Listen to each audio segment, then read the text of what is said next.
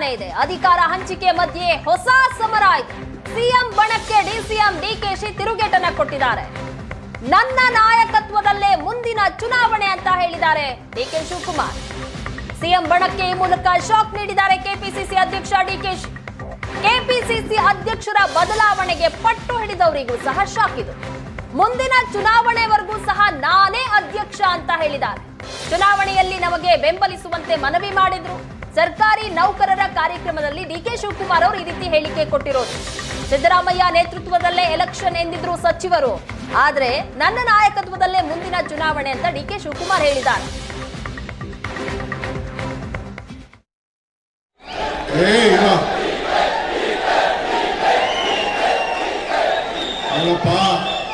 ನಾನು election next time ನಾನು ನಿಂತ್ಕೊಂಡಾಗ ನನ್ನ ಲೀಡರ್ಶಿಪ್ ಅಲ್ಲಿ ನಡೆದಾಗ ನೀವು ಇದನ್ನ ಪದ ಉಪಯೋಗಿಸಿ ವಾಪಸ್ ಬನ್ನಿ.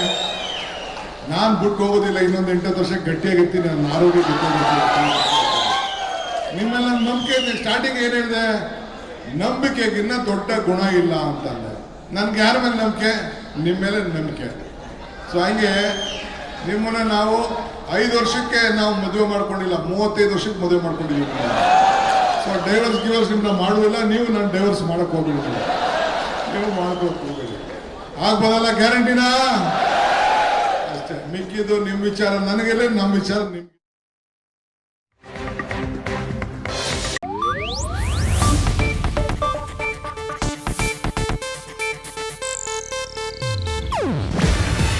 ಇದು ಏಷ್ಯಾನೆಟ್ ನ್ಯೂಸ್ ನೆಟ್ವರ್ಕ್ ಪ್ರಸ್ತುತಿ.